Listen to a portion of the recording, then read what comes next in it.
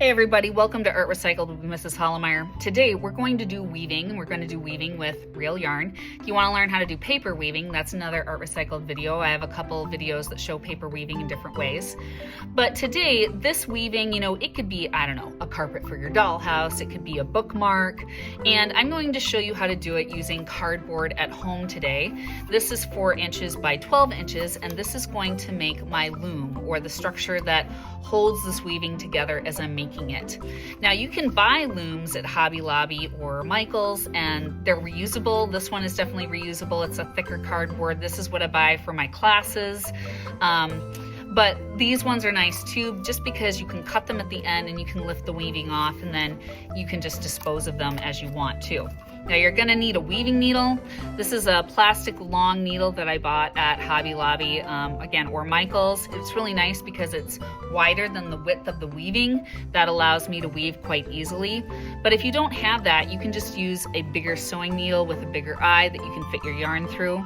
You're obviously going to need the yarn colors that you want, and you're going to need some tape, scissors, and if you're making the cardboard loom at home, you're going to need a ruler and you're going to maybe need a black marker to make some marks.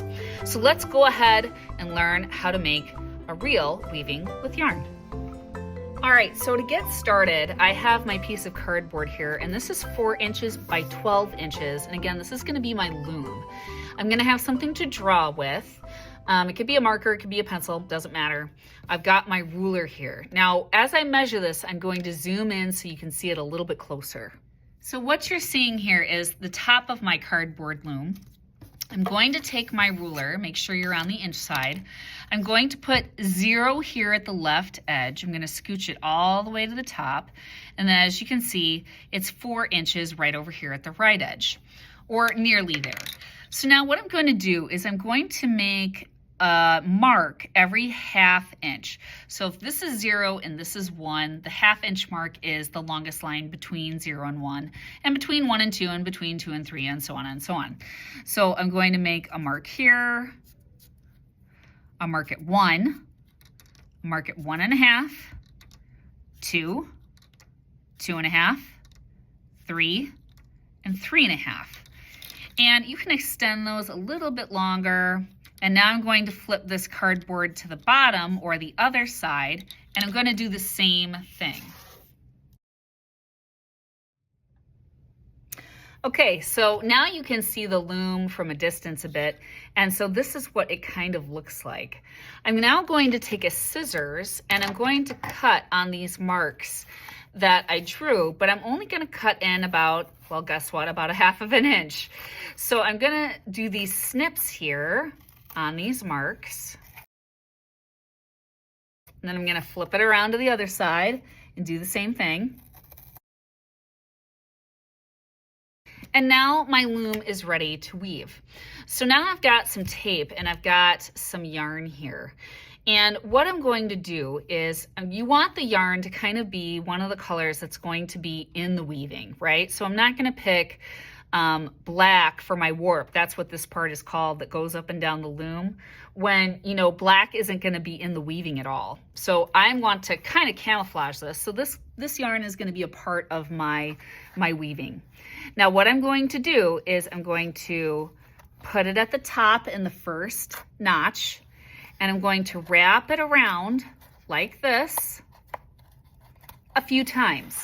I'm going to flip it to the back of the loom, and where that little piece was, I'm just going to take some tape and I'm going to tape it down. You don't want to cut it because you might need that later.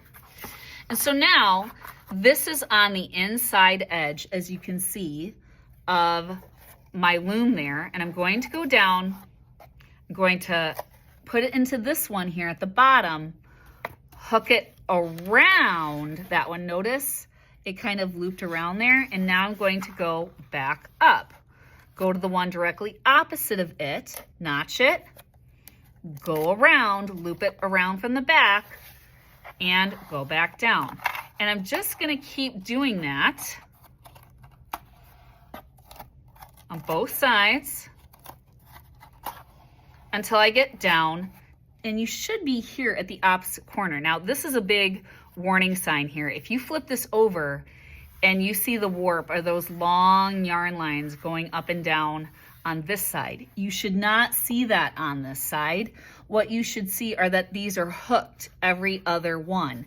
And if this one is hooked, let's travel down to the opposite side. That one here isn't hooked. So this one goes hooked, not hooked, hooked, not hooked, hooked, not hooked, hooked, not hooked. Whereas this one goes not hooked, hooked, not hooked, hooked, not hooked, hooked, not hooked, hooked. They're opposite pattern, right? So now I'm ending down here. I'm going to wrap this a couple of times around. Then I'm going to cut it here, flip it to the back, and tape this down.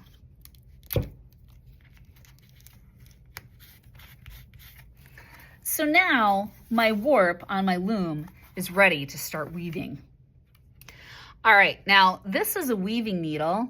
You can just get them at Hobby Lobby or Michael's. And as you can see, it's nice because it's actually longer than the width of my loom.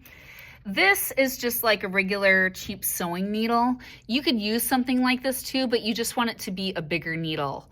And so what I'm going to do is I'm going to take the first yarn color that I want to do, and I'm going to thread it through the eye of my weaving needle, like that. And then I want to make sure that I cut off enough yarn that's going to, allow me to work for a while. So I'm going to cut it there, put my yarn to the side, and now I'm ready to get started. So let's start here at the top. Weaving is a pattern, right? Your needle is going to go under the first yarn of the warp, over the second, under the next, over the next, under, over, under, over. If you look at the needle up close, you can see it's under the yarn, over the yarn, under the yarn, over the yarn, under, over, under, over. It's a pattern, right? And so now what I'm going to do is I'm going to pull my yarn through. And I want to pull it not all the way through. I want to leave the amount that is shorter than the width of the loom.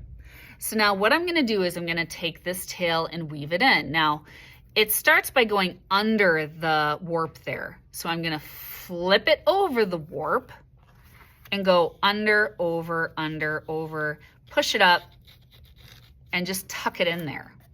So now here's how you know what you ended on. Right now the yarn is under that warp string. That means that when I go back this way, it's going to go the opposite, over it. Over, under, over, under, over, under, over. Pull through. Whoops, my needle came out. That's not good. There we go.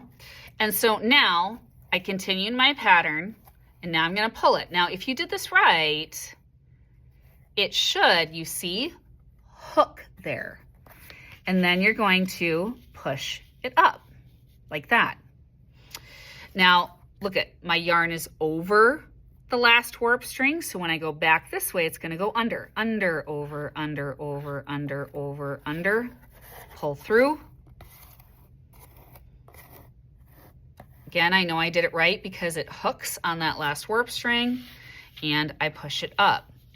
And that's basically it. I'm just going to keep going back and forth like this all the way down. Now, there are some things to look out for, though, as you're doing this. So one big kind of whoops is when kids tug too hard on that last warp. Whoops. And there's another type of whoops. I just did the same pattern twice. So do you see what happened there? I'm literally going to pull out the last line I did.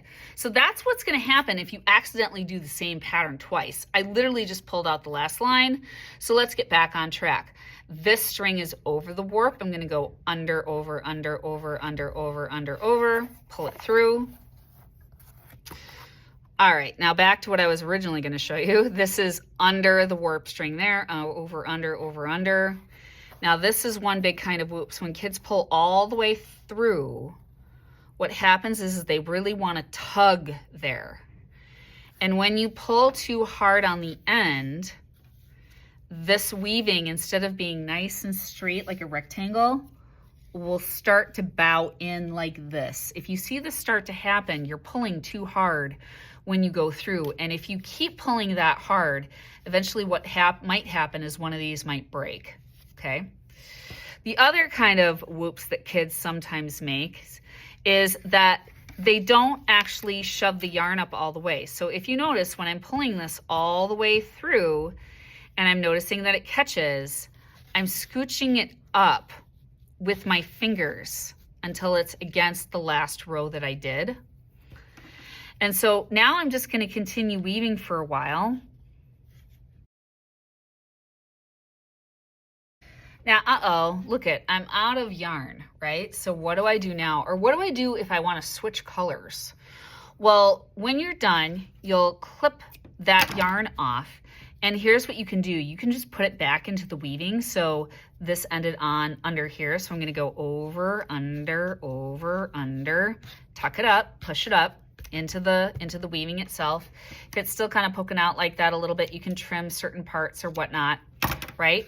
Now I'm going to get my other color yarn and I'm going to start anew. So I would thread this through the eye of the needle. Whoops, there we go. And I would just pick a side and start. So I'll pick this side. I'll go under, over, under, over, under, over, under. If you're starting a new string, it doesn't matter what pattern you start on. Pull it all the way through almost. And now I'm going to do the same thing I did at the top. I'm going to push this all the way through until I get a tail here that's shorter than the width of the loom. So like that.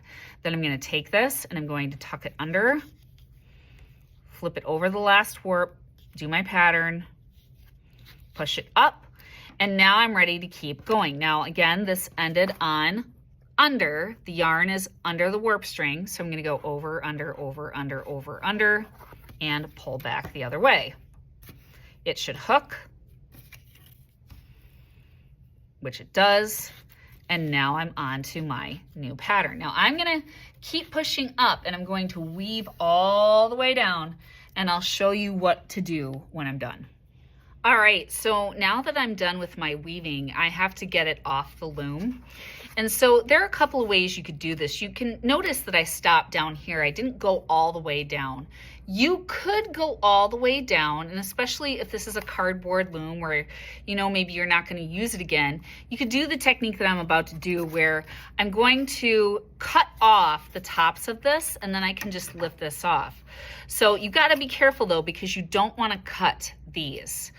So I can just get close there, cut this off, I can untape this, and you could, you see, lift this off like this from this side.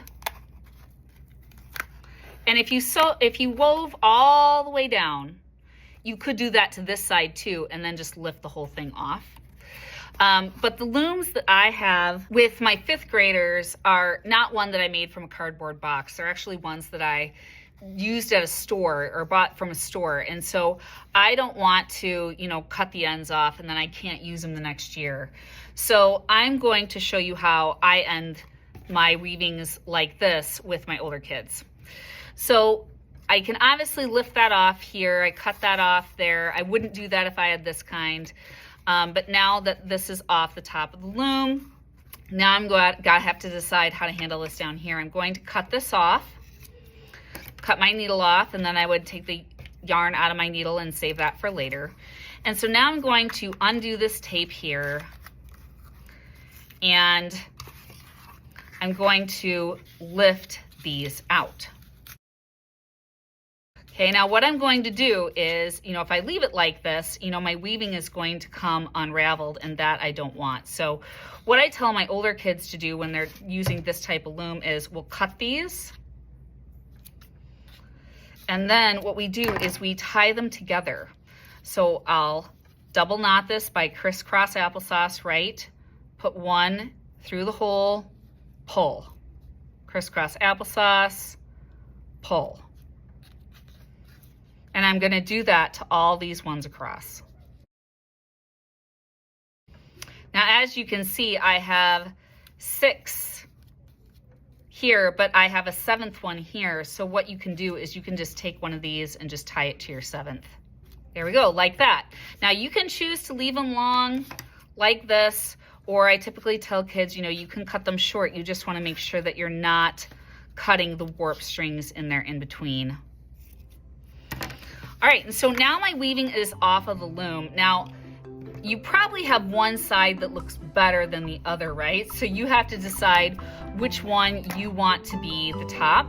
And so I don't like all of this, so what I'm going to do is I'm going to trim it all. It's probably the ends that kind of snapped out a little bit as I was weaving. You know how I told you to tuck those ends in? Sometimes they come undone a little bit.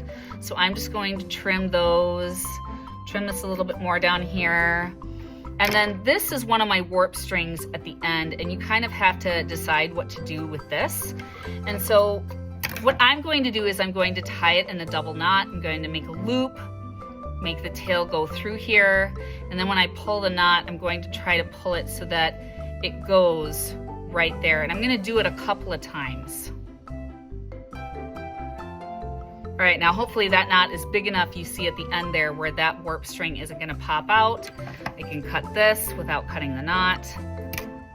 All right, and there is my finished weaving. So I will see you next time on Art Recycled. I hope you had fun learning how to weave with a cardboard loom, and I'll see you next time. Bye.